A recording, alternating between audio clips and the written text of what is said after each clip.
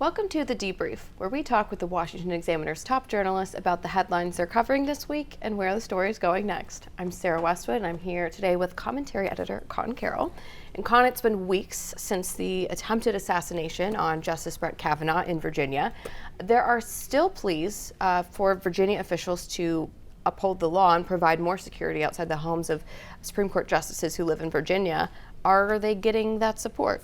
They're not. So the Marshal of the Supreme Court sent out a letter to the elected representatives in Fairfax County and Montgomery County, which is where pretty much all the Supreme Court justices live. Well, the conservative ones, Sotomayor is actually in D.C. But she sent out a letter to these county executives asking them to enforce both Maryland law and Virginia law. Now, both of these states actually have statutes on the books that make it illegal, an actual criminal penalty, to protest in front of someone's private residence. And unfortunately, these entities are not enforcing the law. They're allowing protesters to stand outside and harass the Supreme Court. And the Fairfax supervisor actually had a great line where he said, look, we cannot have a civil society where people are yelling out in front of people's houses. And that's absolutely true. If people who become public figures can expect people to terrorize them in their own neighborhoods, we just can't expect to have a functioning democracy. And that's why these entities need to enforce law, but unfortunately they're just not.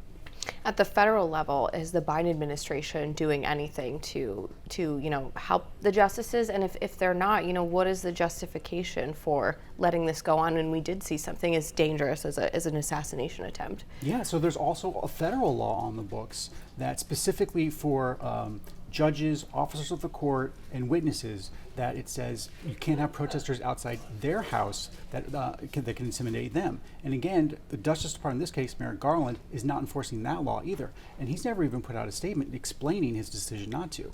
And so when you have Democrats both on the federal level and on the local level not enforcing the law to protect justices in the Supreme Court, that's just hugely damaging to democracy in this country.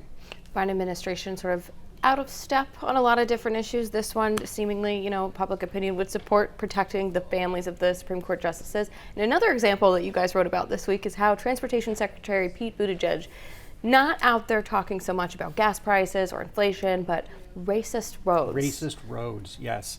So at a time when you had record numbers of flight cancellations, sky-high gas, you had Pete Buttigieg have an announcement that he was starting a grant program to combat racism in infrastructure. Now, look, when you go back and look at how the highway system is built in the 50s and 60s, sure, there were a lot of poor communities. The highways got built some ways that were cut off from the rest of the cities.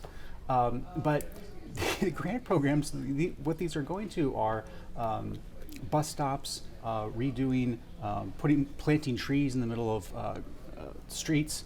These are not things that are going to improve people's lives. And so it's really just kind of woke PR to keep the base in order instead of actually attacking the problems, which is high gas prices, which is airlines, which are canceling flights. Instead of focusing on those problems, he's doing this kind of woke stuff that isn't going to help anyone. Are there signs that the infrastructure spending, which is very substantial, is going to be anything but a boondoggle for projects like this, or is some of the money starting to go to anything that would actually, address these problems? So this is actually just a pretty small grant program within the much larger $1 trillion infrastructure bill. But a lot of localities have had to push off or delay starting their infrastructure spending because of the inflation, because everything is so expensive now and the supply chains are so broken. Again, something Pete Buttigieg should be paying attention to. A lot of the money isn't being spent as fast as it could be because localities are saying, look, we just think we can get a deal 2 years from now than we can now. Well, Conn, thank you so much for being here today. You can get more writing from Conn and the rest of the commentary team at washingtonexaminer.com.